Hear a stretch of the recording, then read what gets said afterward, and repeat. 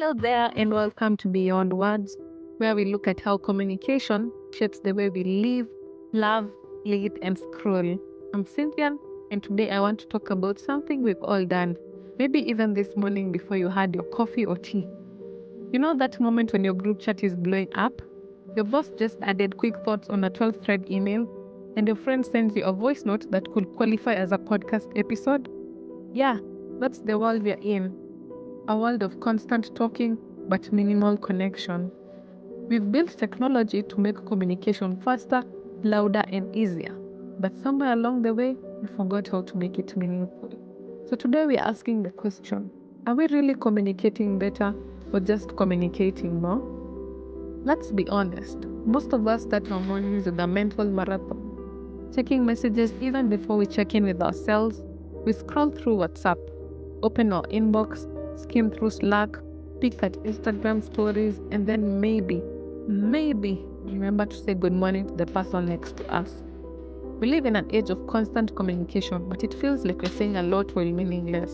Think about it. A single sentence used to carry weight. Now we need to add 3 emojis, 2 voice notes, and a GIF to make sure it lands right. Every just checking in email, every following up again message, every quick update that is anything but quick. It all adds up.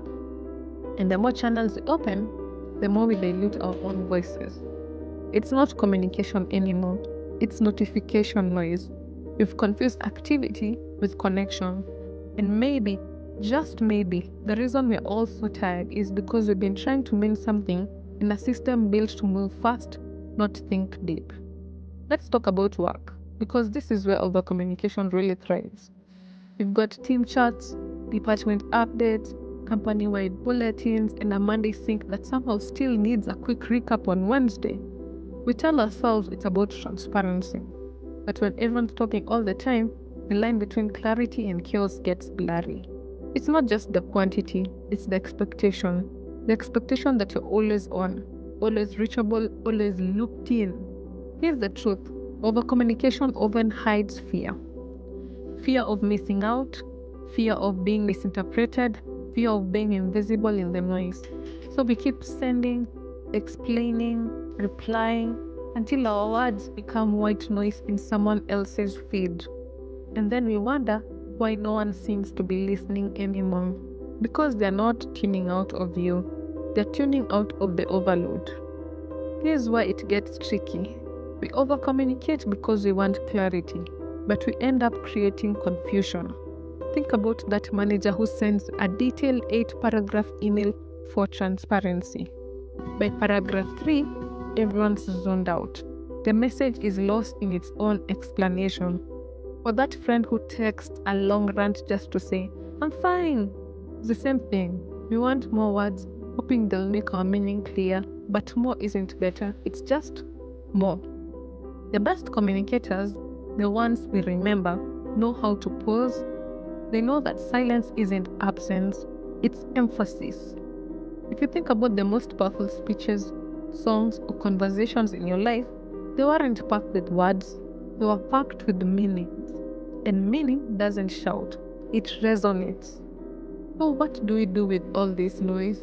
We reset, not by muting everything, but by being intentional with what we say, when we say it, and why we say it. Ask yourself, does this message need to be said now, or can it wait? Is this conversation adding clarity or confusion? Am I speaking to be understood or just to be seen? Because when communication loses intention, it becomes performance. And when we perform instead of connecting, we lose everything communication was meant for. That is understanding. True connection doesn't require constant explanation. It requires presence. And sometimes the most powerful thing you can say is nothing. Just listen. So next time you're tempted to send that quick note, maybe ask yourself if silence might actually speak louder.